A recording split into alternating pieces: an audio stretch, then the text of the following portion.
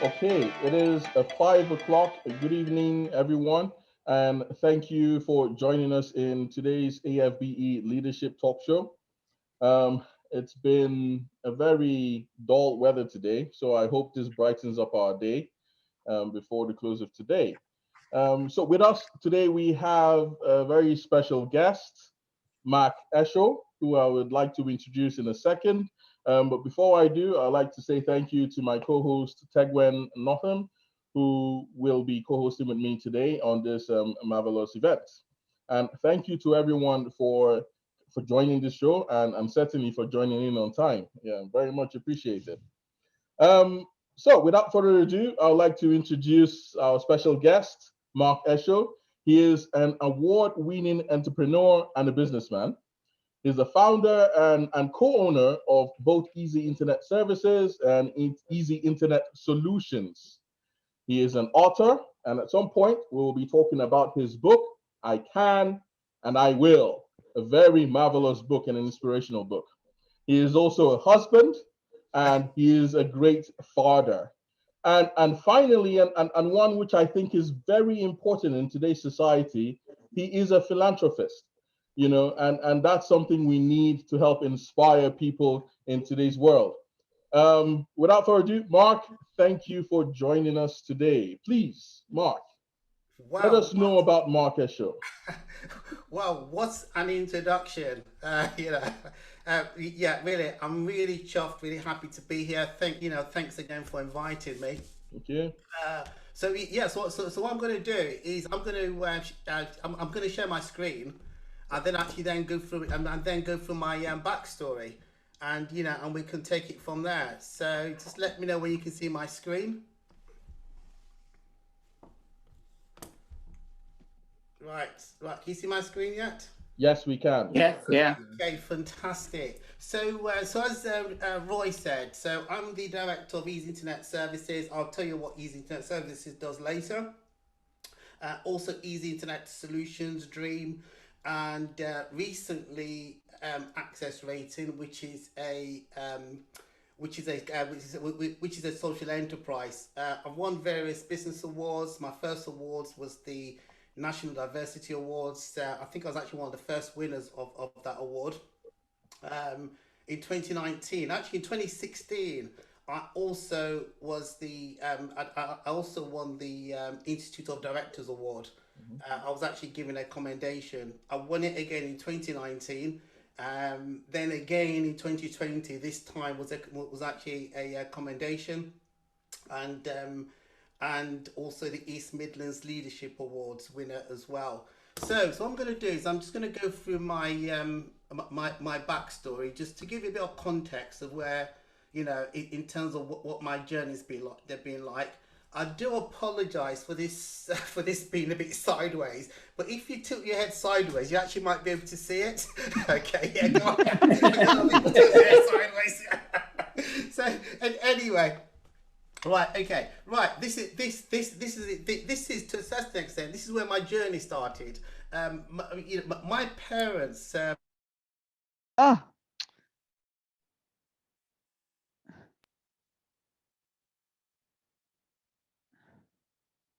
Mark, can you unmute yourself? Okay. That's it. Oh, okay. Sorry, Right. Am I back now? you're back. Sorry. Okay. So basically, my parents came from Nigeria in the 60s. They were both students, poor students, having to work at the same time. So what a lot of these students, what Nigerian students used to do is that they used to try to find a private fostering family. So at the age of 6 months old, they found me a private fostering family called the Archers, Mhm. which is and they lived in a small village called Newburgh Verdon, which is about 10 miles from Leicester, and that's where I actually grew up. And this picture here is one of the. I think I've only got about 3 pictures of me before I became disabled with polio. And I actually, interested enough, only just recently got that picture about 3 years ago. So it was a very touching moment for me indeed. So yeah, so what happened was my parents, but I think by age about 3 or 4, but my parents had decided to go back to Nigeria basically to start their career. There was the two of us, myself and my sister. Because I was very attached to the Archers, they decided to leave me for the time being while they settled in Nigeria. And so I was the only one here. And 2 weeks before I was supposed to go back to Nigeria, I remember just riding my bike that day, went to bed. I woke up in the middle of the night, went to the toilet. I remember that I couldn't go.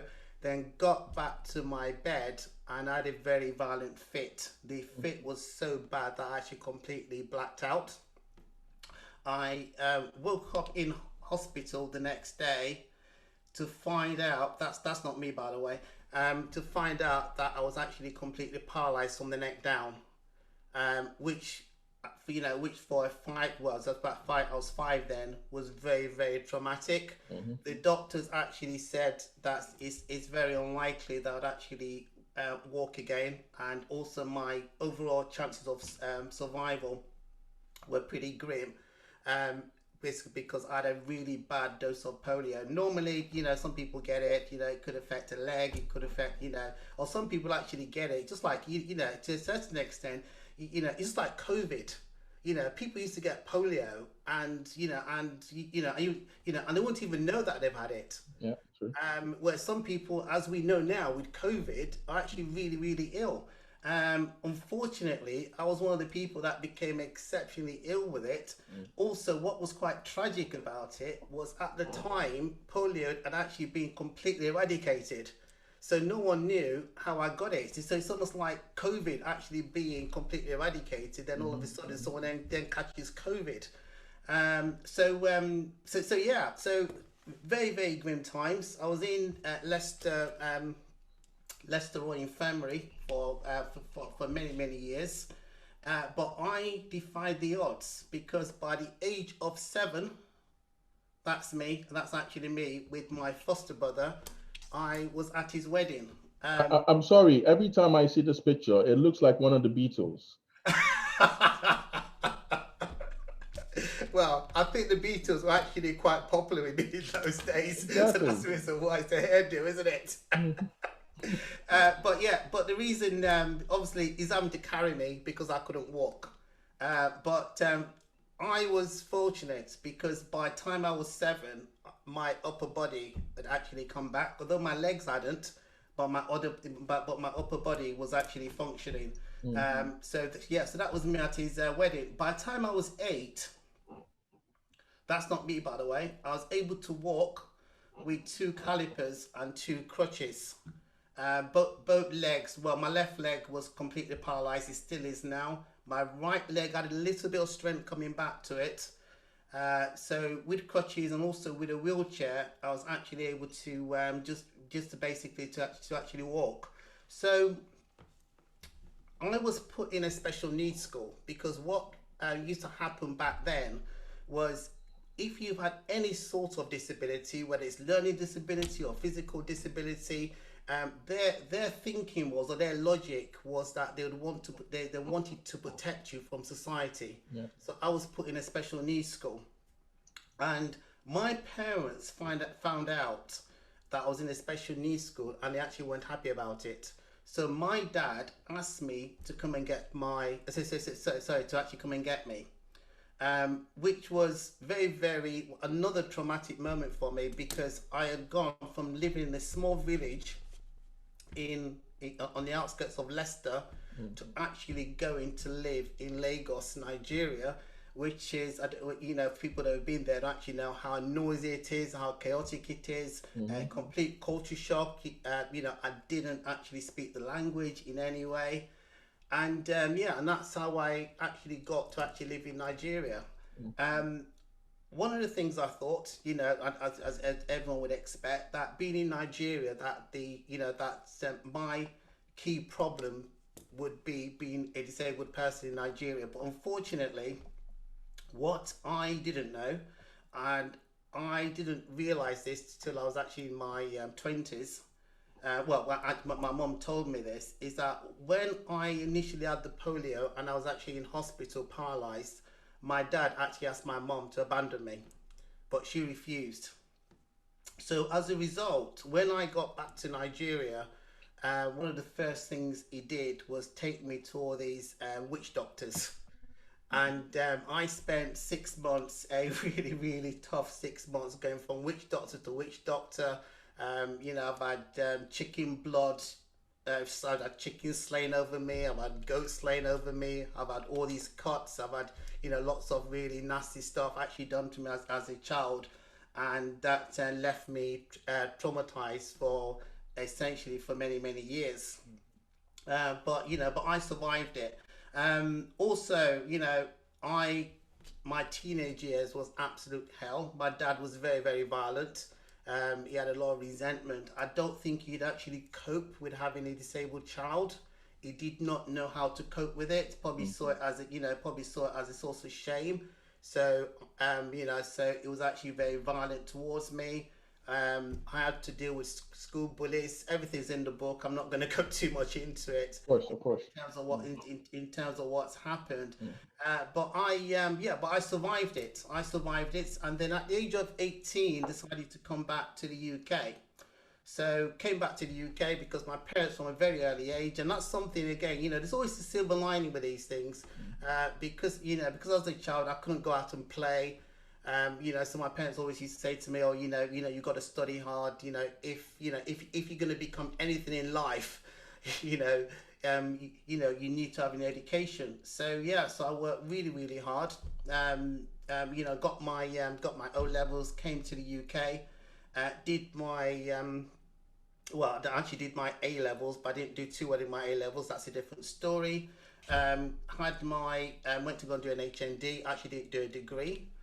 um, Went on to do a MBA because in my mind, or in my parents' mind, they were thinking, okay, if I've got an MBA, that would make me more attractive to employers, not knowing that what employers want in this country is actually experience actually right on that piece of paper, that qualification. So yeah, so I was in a situation whereby I was going, had all these qualifications, but essentially no job. I must have applied for over 100 jobs, Mm. whereby it was just rejection after rejection after rejection, and it was hard. So some of the problems I faced as a young adult, being obviously being black and also being disabled as well, was was actually access. A lot of buildings weren't accessible. Racism was rife. People actually say racism is bad now. Listen, you go back about 20, 30 years ago, you'll know what racism was then. I was constantly being harassed by the police, not because I've done anything. My problem was driving while black. I had a decent car, and because I had that fairly decent car, whenever the police saw me, they'll single me out and say, "Listen, where do you get this car from?" Harass me, search the car, and it was a pretty bad time. Also, people's attitudes as well. People's attitudes from the general public. I've been marched out of pubs. I've been to a pub and literally got in and marched out and saying, "Your face does not belong here." I know things like that obviously can't happen these days. And that then comes the the disability discrimination as well. You get discriminated by people that are white, then you get discriminated by people who are actually the BAME community. And the problem is that when you're disabled, and and there's a recent statistics on this, that 68% of the population have got a disability bias. Mm. So if you then look at someone who's got double discrimination, who's black, who's probably a woman, or probably a Muslim who's also disabled as well, that percentage could easily go up to about 80 or 90%. That's Oh. how it is. So anyway, despite all that, Mm. I, I persevered. And I so at this stage, so Roy, do you want me to stop This at this this I stage? think, yes. Let us have a Okay. pause here.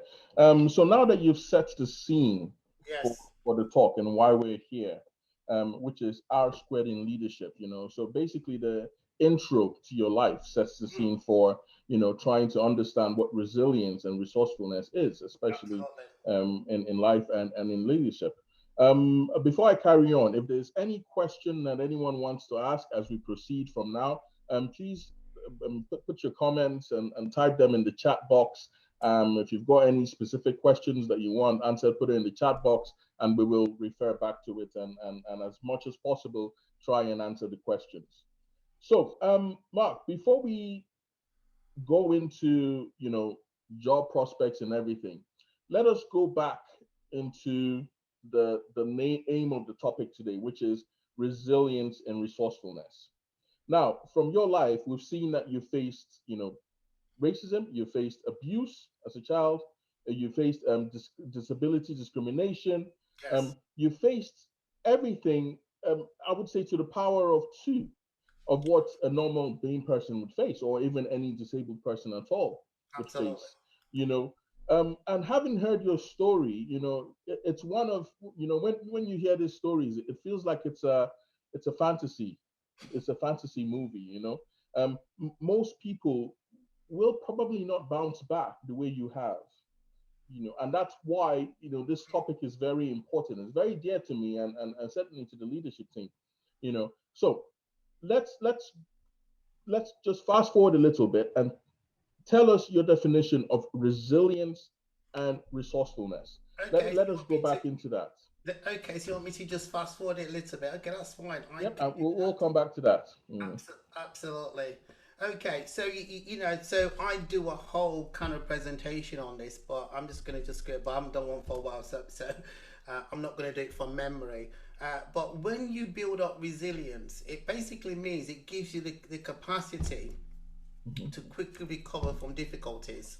And because again, and that's why I actually trying to say to my children or say to the young people that listen, okay, you're going through hardship at the moment, but don't let it get you down, because going through hardship means that you're building up that resilience.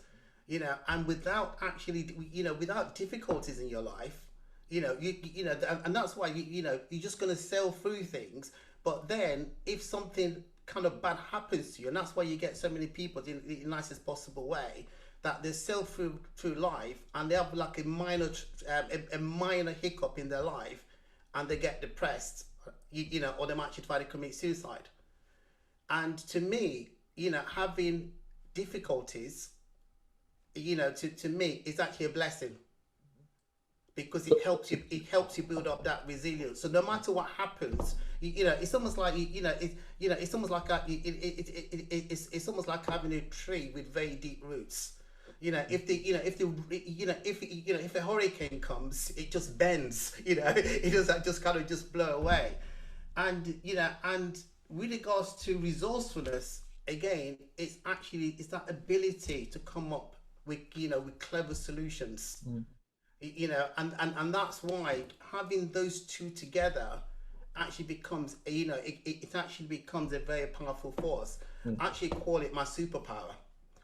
being resourceful. Yeah, but actually both of them together, Mm. because no matter what happens to me in life, I know that I've got that superpower, I've got that resourcefulness and resilience, and resilience to actually bounce back. Does that answer your question? Yes. So coming back to resilience, Mm, one thing that most people are scared of is rejection. yes. People don't want to be rejected. So there's a question actually being asked by one of the audience. It Okay. says, how did you deal with the realization of what your mother told, or what your dad told your mom on the intention to abandon you during your illness? How That, did that, you feel at the time? uh, well, that's a good question. That put a lot of things in context as to how his attitude was towards me. Mm, You see, because I could not understand as a child, as a teenager, as to why he had built up so much resentment towards me. And and that kind of just put in perspective that, okay, all right, okay, so that's the why, that's the reason why he was doing it. Obviously you can't justify in terms of what he did or his attitude towards me, but it did actually help me put in context a little bit. It's interesting. So now let's come back to today's world. We're in a situation where Mm, there's a lot of rejection, certainly. yes, There's a lot of loss of jobs, absolutely. and people are trying to cope with the current situation mentally and physically. Yes, So the this topic cannot be any more relevant than it is today, absolutely. about being resilient and resourcefulness and And that's resourceful why rather. yeah, I'm just going to quickly go on in terms of what I did. Beautiful. Okay, Yes, can ma'am. actually just show you some in terms of what I did. So because I had so many job rejections and obviously trying to actually get into the job market, what I did was I volunteered. So I worked for free. I found an organization that needed some help. So I essentially worked for free. Also kept on applying at the same time. Each time I applied or went for an interview, I asked for feedback. He said, so I basically said to him, okay, how can I improve? Because and that's quite interesting because I know a lot of people actually don't like to do that, but for me, I see it as an education. Get that feedback, and then next time you go for an interview, you know how to fine tune your interview skills, for want of better work. And also what I did was after my volunteering, I just took like dead end jobs. I was a part qualified accountant. Give me water. Hello. Yep. Yeah, sorry, yeah, Carry on. I got distracted there. So yeah. So I'm a part qualified accountant. So so as opposed to taking accountancy jobs, I just I worked as a bookkeeper. I worked as an accounts clerk. And my my advice to people is is don't give up. Just keep on trying, because sooner or later you will come across that employer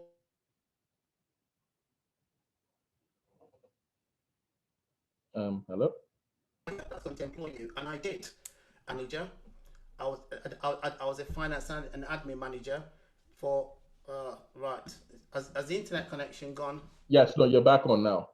Okay, yeah. So I was a finance and administration manager for an organization for several years, and that's where I picked up a lot of my skills. Unfortunately, life wasn't done with me, and But before we proceed to the next slide, go on then. I have a question. So, Go on. in today's world, Mm, it is very difficult to get feedback when you've put in an application for a job. Within the first, I would tell you, I was speaking to a student yesterday, and yes, he told me that within the first 1 day or less than 24 hours of putting in an application, he found that he was the 600th person to be putting in an application. absolutely. So that means, when everyone's rejected, there is no capacity or resource to be able to give feedback to these people. So what's the alternative?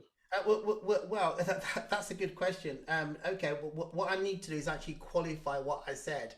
Is I asked for feedback after my interview, not on the application. But Not on what the I actually say application. to people is, because when people actually apply to my companies, often what I'm doing is, because obviously it's all digital now, is delete, delete, delete, delete, delete, delete, because I can scan an application within 10 seconds.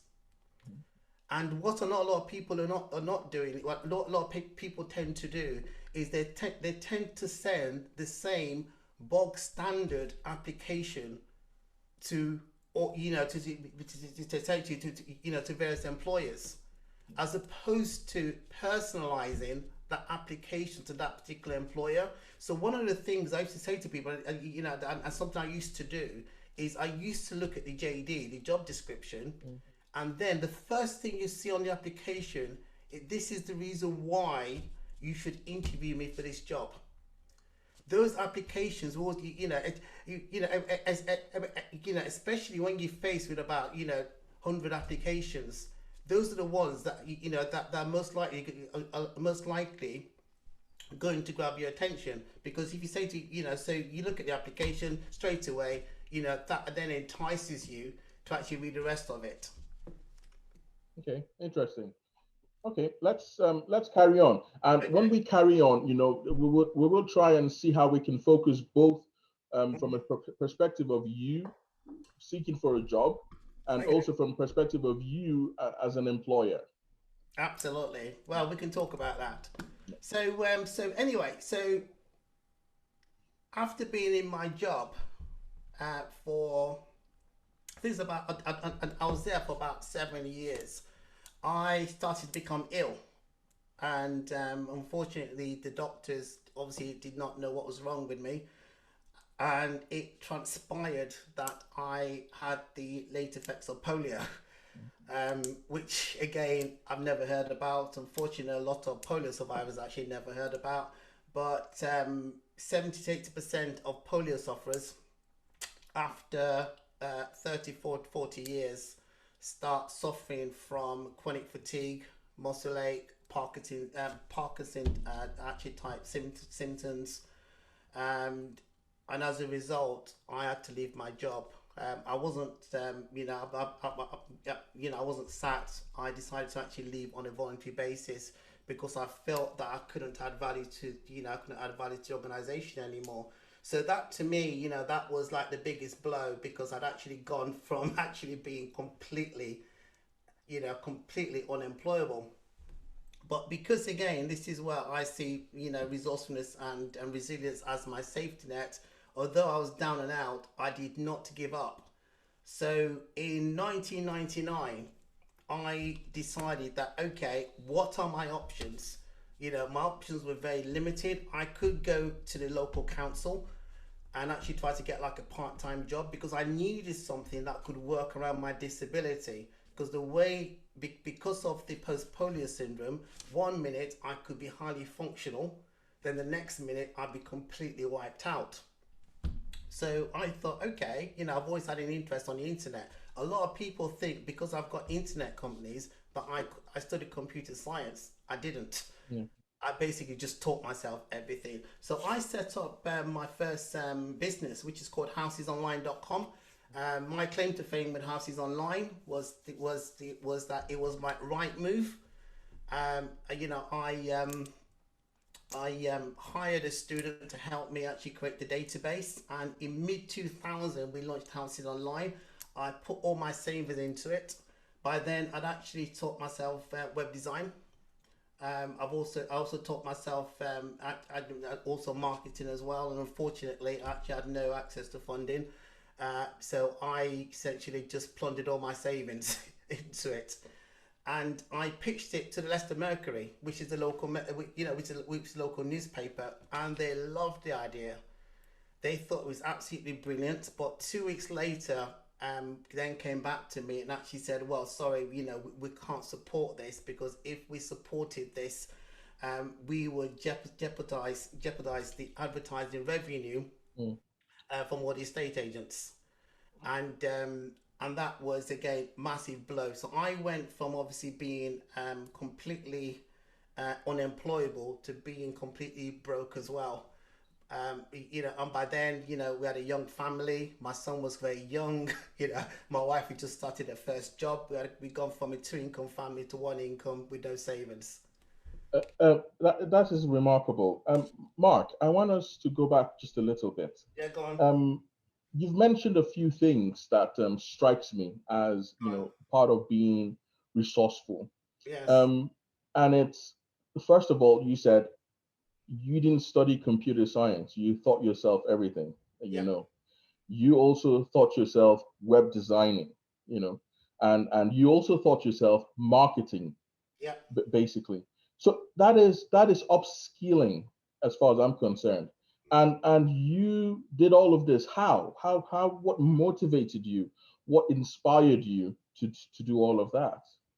Um, well, it's again, looking back is because I was actually used to studying, and again, this is one of the advantages I've always had, is basically sit down, put your head down and study. Learning new skills or learning new things just became second nature.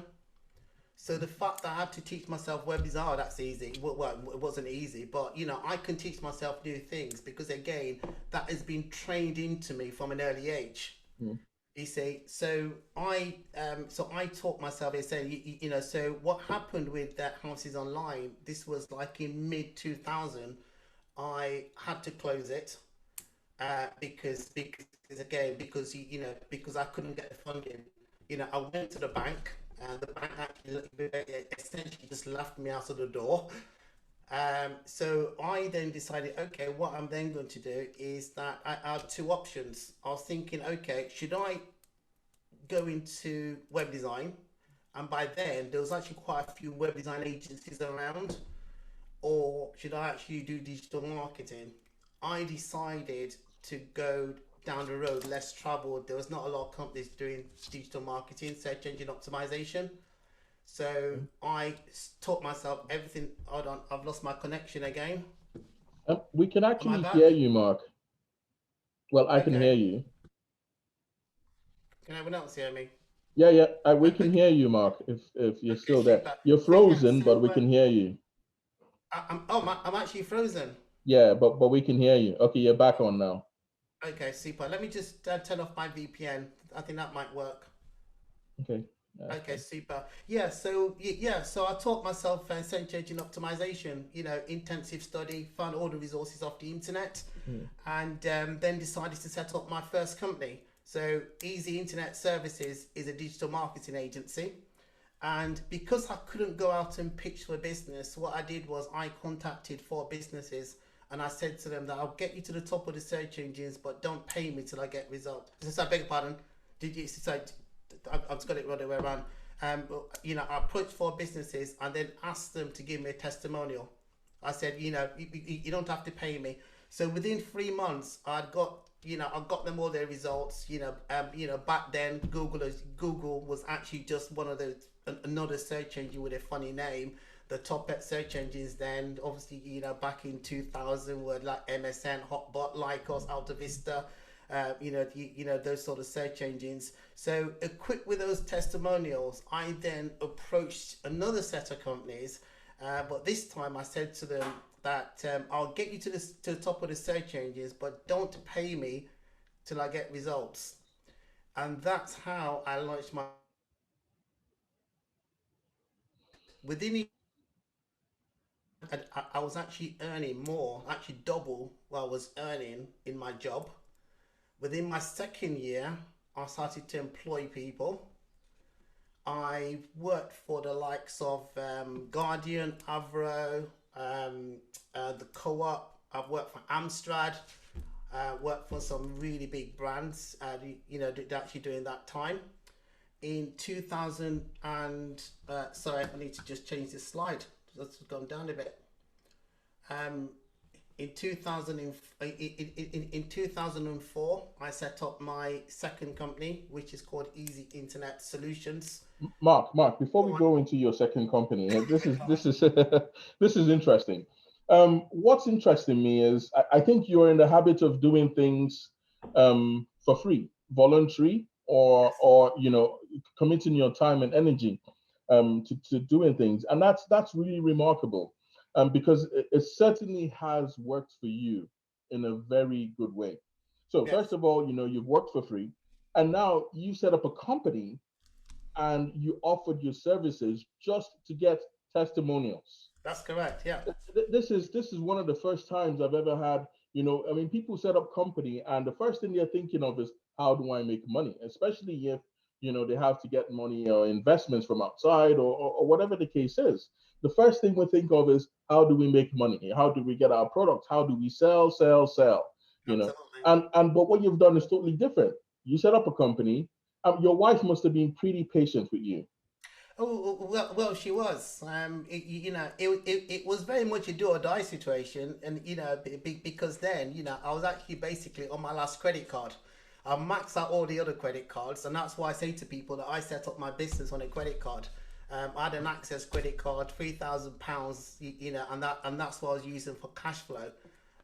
So it was, it was high risk, very much do or die situation, but it worked. And sometimes, in order to go forward in life, you've got to burn those bridges behind you, as in, there's no way back. You've got to make this work. And that's why, that inner resourcefulness comes out and saying, okay, how can I make this work? How can I find a solution? And talking about the free model, my second company, Easy Internet Solutions, started trading as freevirtualservers.com, which is still around today. We're the largest free web hosting provider in the UK. Wow. Everyone said I was completely mad as to how can you offer free hosting, and I said I could make it work. It's a loss leading model, and essentially the way it works was a couple of companies in America were actually offering free hosting, but what they used to do is that they used to advertise on your website. I said I'm gonna offer the free hosting. I'm not going to advertise on your website, but the only thing I'm going to do is that once you get over, like for instance, we're talking about the bandwidth, but to explain it in layman's terms, once you get up to about 1,000 visitors in a month, then you'll start paying. Wow. And that's how we launched free virtual servers. And people love the service because I've even got people on free virtual servers now who I'm actually paid as a penny. Only criteria is that you register a domain with us.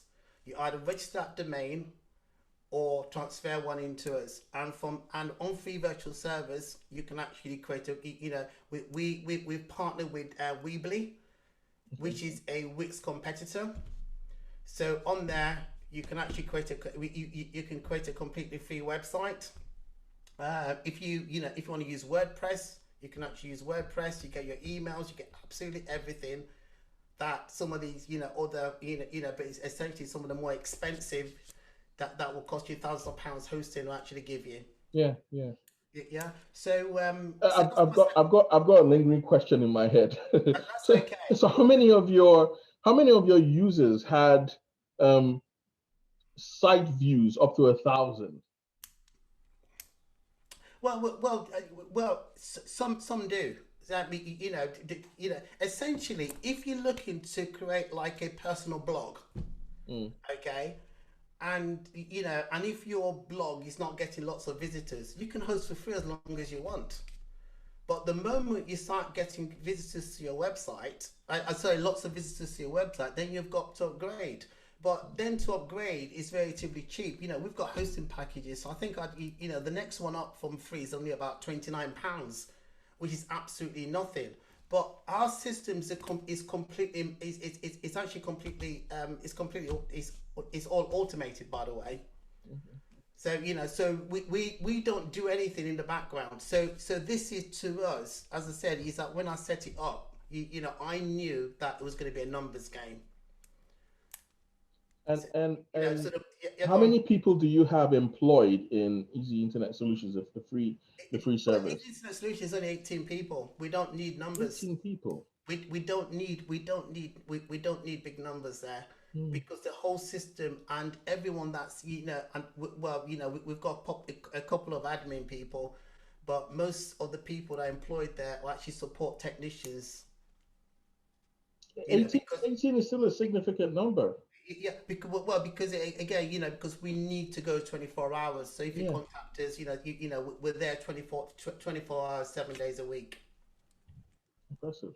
Yeah. So recently we've rebranded into NetNerd, because we wanted to go a bit more up market, because we've now created our own actual cloud platform. And some of the things I've done, just to go just very briefly, because I know you obviously probably got questions that you want to ask. I've created dating sites. I've created business directories. Some of them are still around. Designer clothes online. There was a lady who basically actually read a story in a local paper that she was going out of business, and she was selling children's designer wear.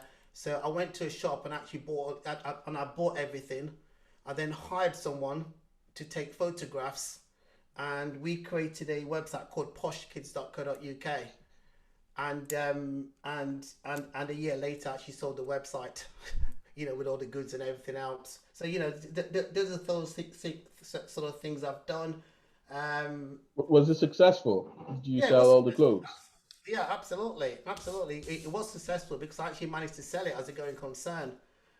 So in 2020, I created electronic CV. I've actually, unfortunately, and I was doing that in collaboration with the Montfort University, but I just didn't have the time, to actually follow it through. And the idea behind it, because I actually own the domain electroniccv.com, is to actually allow people to create electronic CVs, is because I just got so fed up from actually just looking at all these applications from people and not getting an idea or not getting a grasp of what that person's about. And I thought, okay, suppose they can just come up with an electronic CV. So I created it, and you can actually go on there and actually create. You can actually create like a quick video of yourself, actually just talking about your CV as opposed to actually just sending a paper CV. Wow. Fabsite.com is actually one of it's actually one of our new projects at the moment, whereby you can actually on that one. What we've done is that we found that there's some people, not everyone can afford to pay £2,000 to £3,000 for a website. So on Fabsite, you can actually go there and you can actually pay monthly, and that includes your domain, your hosting, your domain, and a little bit of SEO in there as well. What we're looking to do this year is that we've got a small office in Bournemouth. Is that we're looking to build our own data center. I've stepped down from the businesses last year. Because I've now got, I've got my partners running the businesses, because I just wanted to just take a step back, work on my physical health, work on my mental health, because it's so stressful actually running a business. And I set up with a couple of friends of mine a social enterprise called Access Rating. Essentially, what Access Rating it does is we've created an app which allows disabled people to submit disabled access reviews on bars, hotels, and restaurants across the country. We've recently opened that up to include any public venue. So that's what's been taking up a lot of my time at the moment. Well, last year, in terms of that's what took a lot of my time. That's awesome. Before we proceed, Sure. one thing that catches my eye here, electronic CV, and it catches my eye because I know that people struggle, especially with you know writing CVs. There are various formats. You go online and the various formats and the various things. What's Yeah. the current uptake with this electronic CV? Because it seems to me like it's a more attractive offer. If I have to talk through my CV, and I think people get to see the person behind the paper. So Absolutely. it's not just paper anymore, but Yeah. you actually put in a face and personality behind that. Yeah, absolutely. You're absolutely right, and that's what and that was the actual concept behind it. As I said, it was something I was developing in conjunction with the Montfort University. Mm, I couldn't. I just didn't have the time to actually see it through. okay, okay. It's something that I might pick up at a later date. The website's there. I don't think I've done anything with it since. And actually, let me see if I can still find it, if it's there or not. If I can spot it. Hold on, so electroniccv.com. Let's see if that would load. Yeah, it's there. Wow. Yeah, so that's basically it's so I've set it up. I just again, I've got some sample CVs that we uploaded. These essentially the idea is that you get this template Mm, and you can just log into the back end and just put your details on and bang. So you can just click on there to get the CV. There's quite a few. You can have a top performance, and again, this one, as you see there, this one we've actually integrated video into it. yeah, yeah. My name is Amira. I'm a qualified. So that's so that's the sort of thing that we've Wow. that I wanted to do. But yeah. Um, you might, I think after this show, you might have one or two people come back to you with regards to that. You might find yourself It's fast forwarding your timeline. there's nothing I can do with that at the moment. I just haven't Hmm. got the time or resources to follow it through, unfortunately. Interesting. Yeah, to Interesting. complete it. Yeah, but obviously, if someone wants to take it on as a project, if they've got the technical know-how, Okay. Okay. I'm more than happy to advise. You know, Okay. That's good. To all our viewers and audience, you've certainly heard what Mark has said. He's offering it as a free project. If you think you've got the right skill set to do it, come through me first. When you come through me, then I'll take you to him. So absolutely, yeah. So absolutely. Yeah. So before I finish off, I was just gonna go over some life hacks, things I've learnt, yeah. but I know you've got some questions before I actually kind of No, sorry. Just carry on. Carry on. Okay, so yeah. So there's certain things because when I give these presentations and people always ask, what have you learned? What Mm, sort of advice can you pass on? And one of my biggest life hacks is gratitude. People say to me, "Oh, go," it's always, "Oh gosh, I was lucky that I can, I can walk a bit. I'm lucky that I can do this. I'm lucky that I can do that, despite what happened to me." But one thing I've always that I've learned is that as long as you've got to be grateful for the little things. yes. Okay, if you can see, be grateful. If you can hear, be grateful. If you got food on your table, be grateful. And often the problem is that we live we live in a society whereby we're always wanting more, wanting more, wanting more, and we never fully appreciate what we've got. And often people don't appreciate what they've got till it's actually taken away from them.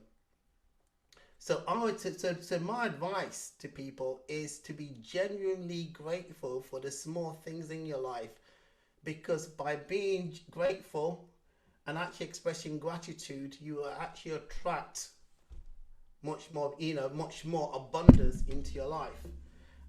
We've spoken about resilience. Try to build up that resilience. Don't give up on things. Yeah. Because that resilience is important. And also, as well, be yourself. I grew up in a society whereby, I've always, you're always being compared to other people. That person's doing this or that person's doing that. That person's a doctor, that person's an engineer. And, you grew up in saying, oh, this person's doing this or that person, has actually achieved this. But, just be yourself. You would actually be a lot happier actually being yourself. I've got an example whereby one of my cousin's lives was actually completely ruined because his parents actually had a hospital and they wanted him to be a doctor, so they forced him to go to medical school. But deep down he actually wanted to be an actor. you know and as a result he rebelled. He went to America, everything just went bad for him. And it's because they just didn't allow him to be himself. So don't be afraid to be yourself. And those are my life hacks, and this is my book. To read my full story, you can get it on Amazon. But I'm sure Roy's going to give it a plug as well. Before we go into the book, is Tegwen still there? My co-host has bailed out on me. Tegwen had a very important question, which was for access rating. Tegwen, are you there? You want to ask your question? Yes, I'm here. Mark, I'm really interested in your work for teas. I know you're passionate about getting disabled people back into work. We know there's a 30% employment gap between people with disabilities and without at work. Who are in work? Can you tell us a bit more about that? Yeah, well, I've been working with DWP.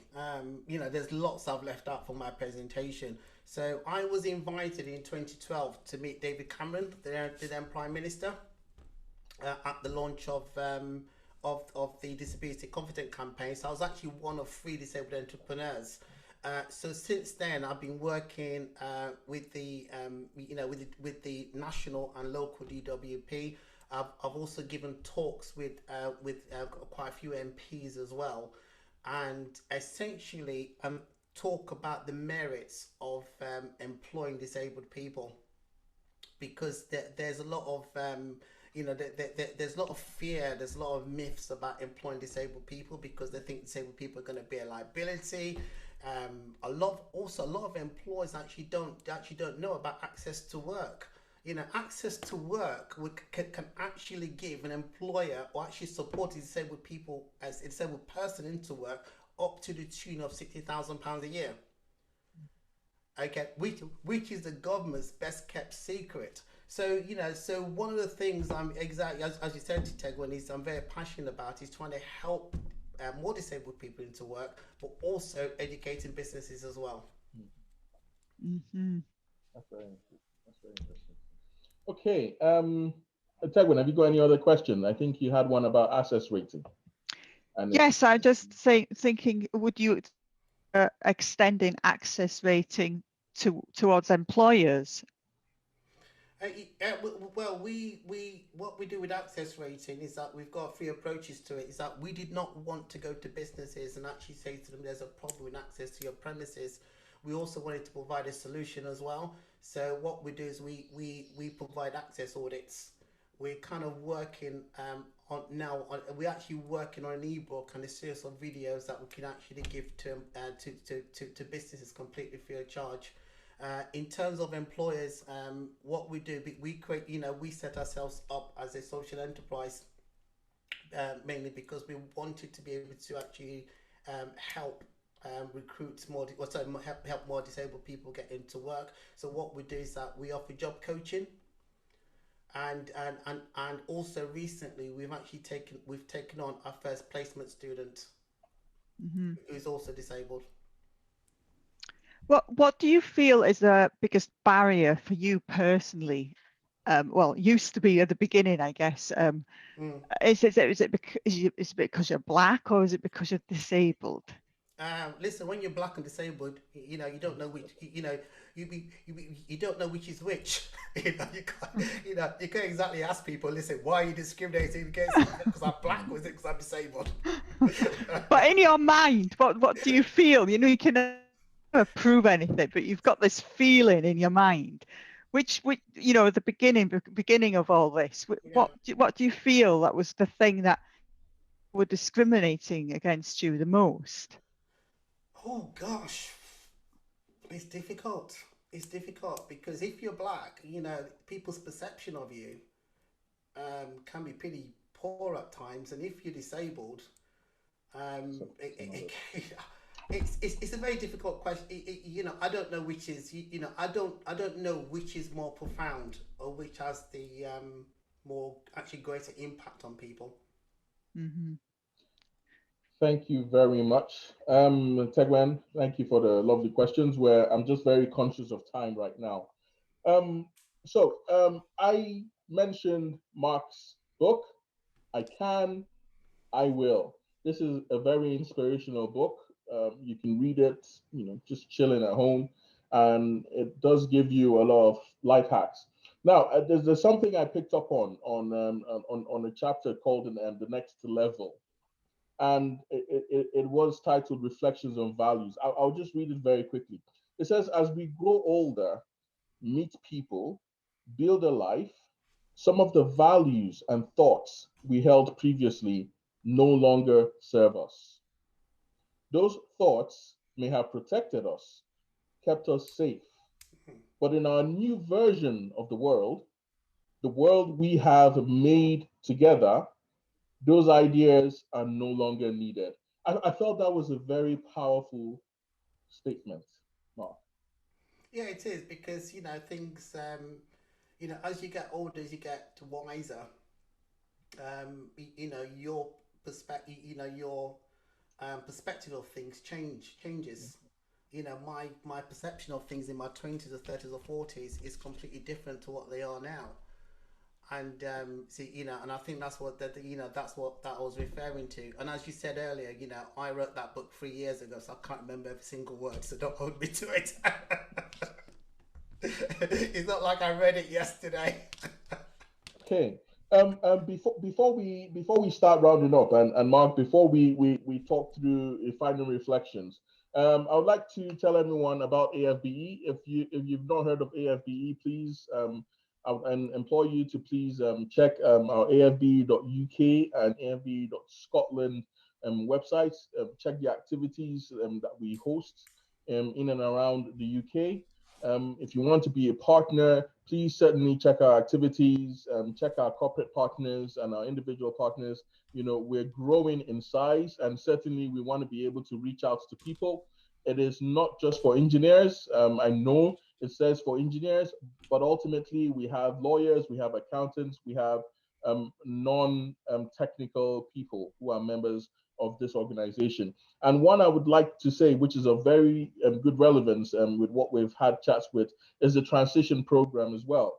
The transition program helps people to, go through that phase of having a mock interview and getting real life feedback from interviewers, and that would really help people, especially in today's world where there's so much competition for very few jobs out there. And finally, before we end, we're going to go through final reflections, also from this book. You can tell I love this book. So Mark divided his final reflections into two. It says into three, actually. Four things I would tell my 20-year-old self, and four things I'll tell my 30-year-old self. This is very important. So for the four things I would tell my 20-year-old self, he says, choose your friends wisely. Don't compare yourself to others. Don't use anger or aggression as a defense mechanism, and be positive. And for the four things he would like to tell his 30-year-old self is, don't be hard on yourself. Mm, Certainly, some of us are in that position right now. Don't be hard on yourself. Everything happens in life for a reason. mm, See people as your personal trainers. I abs- think I think that also helps with the topic which we're talking about, which is in resourcefulness. And stop hiding your mental health issues. We should be open to each other, and we should not shy away from these important issues that can have a very positive impact, not just on your life, but on others as well. Four things he wants to tell his children as well. He's not perfect. I will always be here for you. Your success is down to you, and the world isn't perfect, but you can make a difference. Very powerful words, Thank you. Mark. Um, this has been very exciting. I have certainly enjoyed every story that you have told us. I know there's more to it. I wish we had more time to actually go Okay. through the very fine details to discuss, certain challenges that you actually faced. But ultimately, you did set the scene for being resilient. You bounced back from every challenge. You bounced back from every opposition. You bounced back from abuse. And you didn't no matter how many times you were knocked down, you still came back up. And I think that is the story behind resilience. And Absolutely. resourcefulness. You did things that people will mostly shy away from. People are not willing to contribute or volunteer their times. Mm, Everyone wants to get paid. We all want to get paid because we have needs. We have families, we have bills, certainly in this society that we're in.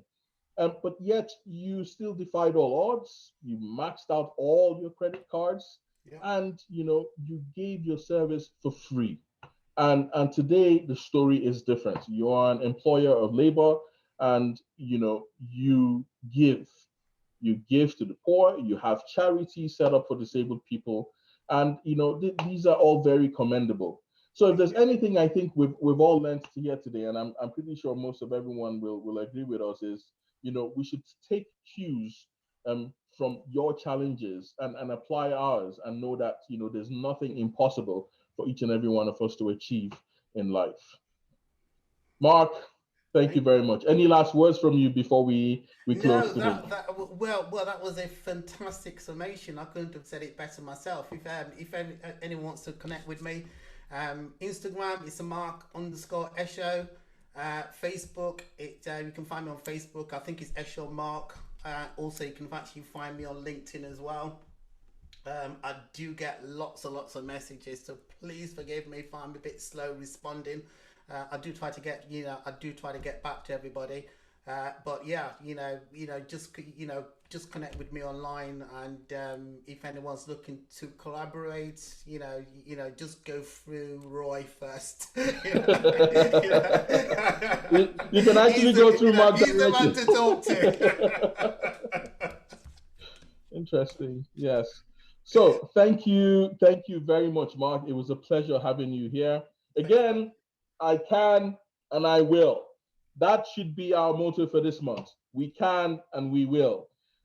Thank you to everyone who's joined us today. Appreciate the time and effort for you to come and join us this evening. I hope we've all benefited from this talk. I hope we've all gotten, one or two tips that we can use in life going forward.